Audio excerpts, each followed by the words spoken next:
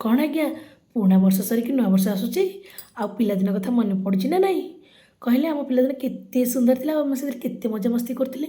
ଆଉ ବିଶେଷ କରିକି ଏଇ ବର୍ଷର ଶେଷକୁ କ'ଣ କରୁଥିଲେ? ଗ୍ରିଟନିସ୍ କାର୍ଡ଼ କିଣୁଥିଲେ। ଗ୍ରିଟନିସ୍ ନୁହେଁ ତ ଗ୍ରିଟିନ୍ସ କାର୍ଡ଼ ଆମ ପାଇଁ ଥିଲା। ଆଉ ସେଥିରେ ଆମେ କେତେ ସୁନ୍ଦର ସୁନ୍ଦର ଜିନିଷ ଲେଖନ୍ତି ସାଙ୍ଗମାନଙ୍କ ପାଇଁ କହିଲେ। ଯେମିତିକି ଶିବଙ୍କ ମଥାରେ ଫୁଲ ଚନ୍ଦନ ସାଙ୍ଗକୁ ମୋର ଅଭିନନ୍ଦନ, ଗୋଲାପ ଗଛରେ ବହୁତ କଣ୍ଟ ତୁମ କଥା ମନେ ପଡ଼େ ଘଣ୍ଟାକୁ ଘଣ୍ଟା।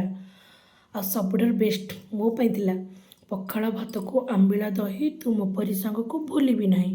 ଏବେ କିଏ କୁଆଡ଼େ ସବୁ ଭୁଲିଗଲେଣି, କାହାକୁ ମନେ ପଡ଼ୁଛି ନାହିଁ ଭଗବାନଙ୍କୁ ଜଣା।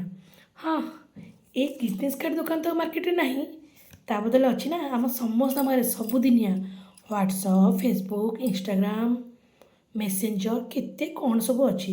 ସେଥିରେ ଆମେମାନେ କ'ଣ ମେସେଜ୍ କରୁଛନ୍ତି କହିଲେ? ମେସେଜ୍ ନାହିଁ ଆଉ, ଡାଇରେକ୍ଟ ଷ୍ଟାଟସ୍।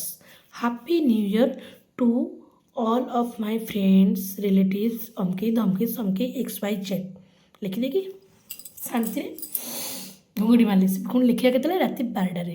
ଜଷ୍ଟ 12ଟା ବାଜିବ ପୋଷ୍ଟ ହେବ ଷ୍ଟାଟସ୍। ଖେଳ ଖତମ, ସମସ୍ତଙ୍କୁ ୱିଶ୍ ପାଇଗଲେ।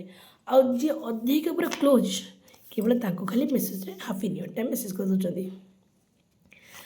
ସତରେ ମୋ ପିଲାଦିନଟା ପ୍ରକୃତରେ ଜୀବନ ଥିଲା।